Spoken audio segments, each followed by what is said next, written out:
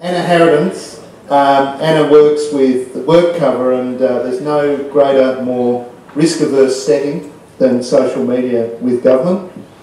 How did work cover start to use social media? What was the aim? And tell us what impact you think it's had. And being from government, I hope you don't expect me to actually answer your question there, please. But look, when we got onto social media, I think we pretty much sort of said, awesome, so we can create this new community that's going to love us and we can broadcast our message to.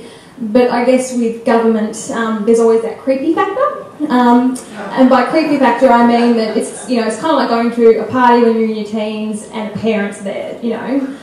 No one really wants you there. It just makes everything a little bit awkward because the parents sort of they're thinking they're awesome. So we sort of really had to find our challenge with getting the right tone. Being government, having that human voice that these guys obviously have very easily. But it took us about a year to get our social media policy up and running. I think Basket and Green made $1 million out of myself, Callan and Lucinda, because we went back and forth so many times. I think it's about 21 pages long.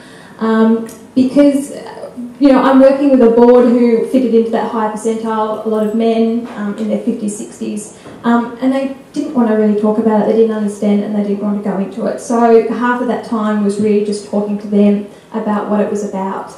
The other half of that was actually talking to all the other different government departments, and they'd pretty much done what we did, is we just kind of started a Facebook page, and so we pretty much defined it, and we sort of said, so what's your policy? And they just sort of said, oh, it was a bit too hard, so we just didn't really bother.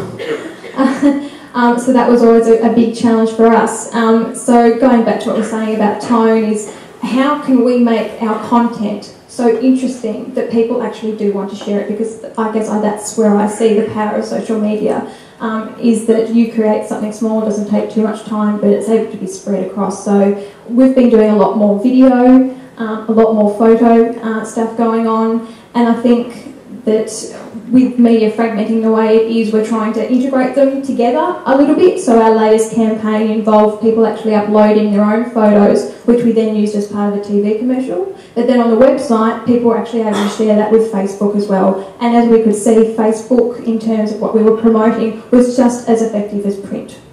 And we did less, less Facebook than what we ever did with print. So I think that's quite significant. This is the amount of people who have found out about the campaign. Print, you obviously have to have a fair amount of spend to get printed. Facebook, obviously resource in terms of time, but you've got about the same mobilisation of people, so it's quite significant. So I guess we're just fine with social media. It's another tool that we're using, but we're having to use more and more and more of those tools to still stay relevant and interesting. Yeah. Thanks for that, Anna.